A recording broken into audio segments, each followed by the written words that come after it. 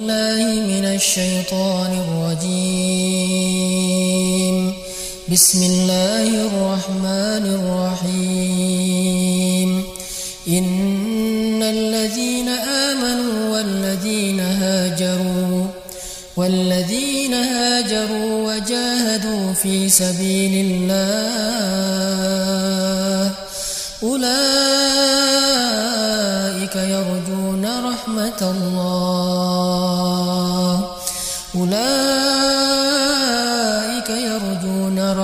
الله والله غفور رحيم.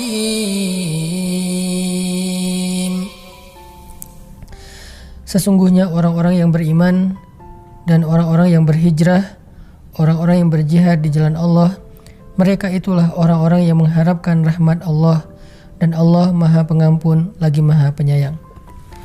Bismillahirrahmanirrahim. Assalamualaikum warahmatullahi wabarakatuh. Ar-Raja, berharap kepada Allah Subhanahu wa taala. Para ulama mengatakan berharap kepada Allah itu adalah ibadah.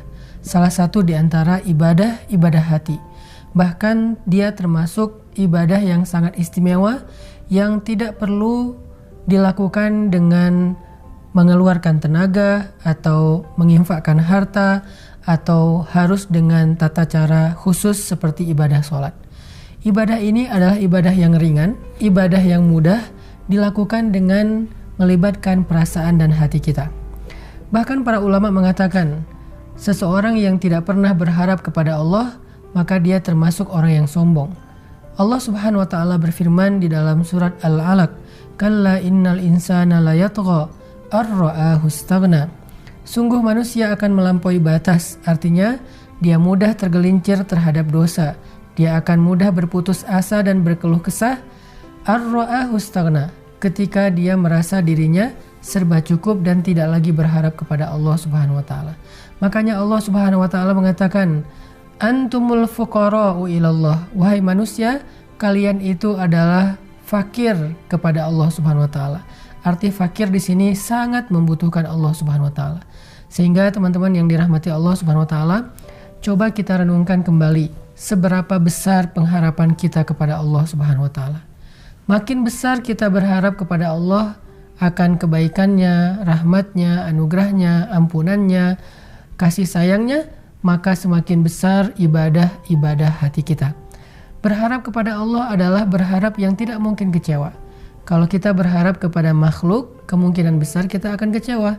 Bukan karena orangnya tidak baik, bahkan orang baik pun bisa membuat kita kecewa. Kenapa? Karena orang baik punya keterbatasan, dia pelupa, sehingga ketika kita berharap kepada dia akan sesuatu, lalu dia lupa, kita akan kecewa. Orang baik juga manusia yang punya rasa lelah, rasa sedih, rasa gak nyaman di hatinya. Kadang-kadang dia juga sedang dalam kondisi imannya lemah sehingga mudah baper. Sehingga dengan segala keterbatasan yang dimiliki oleh dia sebagai makhluk, walaupun dia orang baik, dia tetap mudah mengecewakan kita. Berharap kepada orang tua, kadang orang tua bisa membuat kita kecewa walaupun mereka yang paling mencintai kita. Berharap kepada pasangan juga kadang-kadang mengecewakan kita. Justru semakin besar berharap kepada pasangan, kepada makhluk, kepada manusia, semakin besar potensi kecewa kita dalam hidup.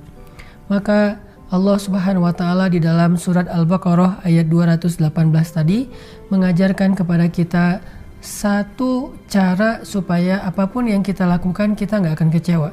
Mau itu dengan cara berhijrah, mau itu dengan berjihad. Ini dua amal yang sangat berat, hijrah dan jihad.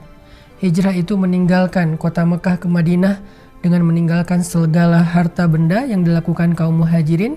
Kalau tidak berharap kepada Allah, maka nggak akan mungkin seseorang itu berani berhijrah. Bagaimana enggak?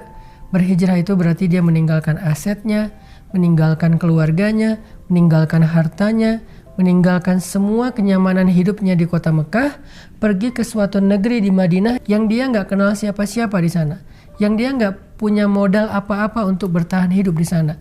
Terus apa yang membuat kaum muhajirin kuat hatinya dan berani melakukan ibadah hijrah ini dengan segala macam resiko dan konsekuensinya? Satu-satunya kekuatan mereka adalah ar-raja'u ilallah. Mereka berharap kepada Allah Subhanahu wa taala.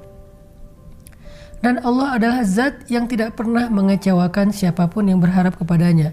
Dan terbukti setelah kaum muhajirin hijrah ke kota Madinah, Allah tunjukkan kebaikan demi kebaikan dalam kehidupan mereka, kemenangan demi kemenangan dalam dakwah mereka, sehingga Allah benar-benar membuktikan Allah gak pernah ngecewain hambanya yang berharap kepadanya.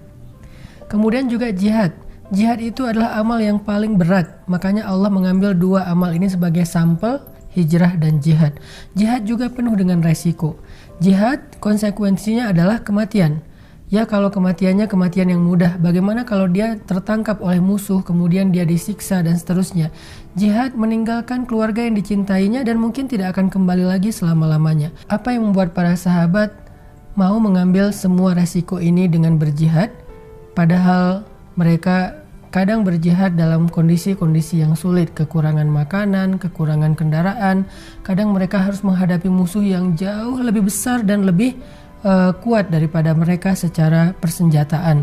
Mereka harus meninggalkan istri yang baru dinikahinya. Mereka harus meninggalkan anak yang masih kecil dan mereka mungkin tidak akan pernah ketemu lagi dengan keluarga mereka di dunia. Apa yang menjadi kekuatan mereka untuk mengambil semua resiko ini? Ar-Raja, berharap kepada Allah Subhanahu wa taala. Makanya kalau kita ingin melakukan hal-hal yang besar dalam hidup, kekuatan kita ada di berharap kepada Allah.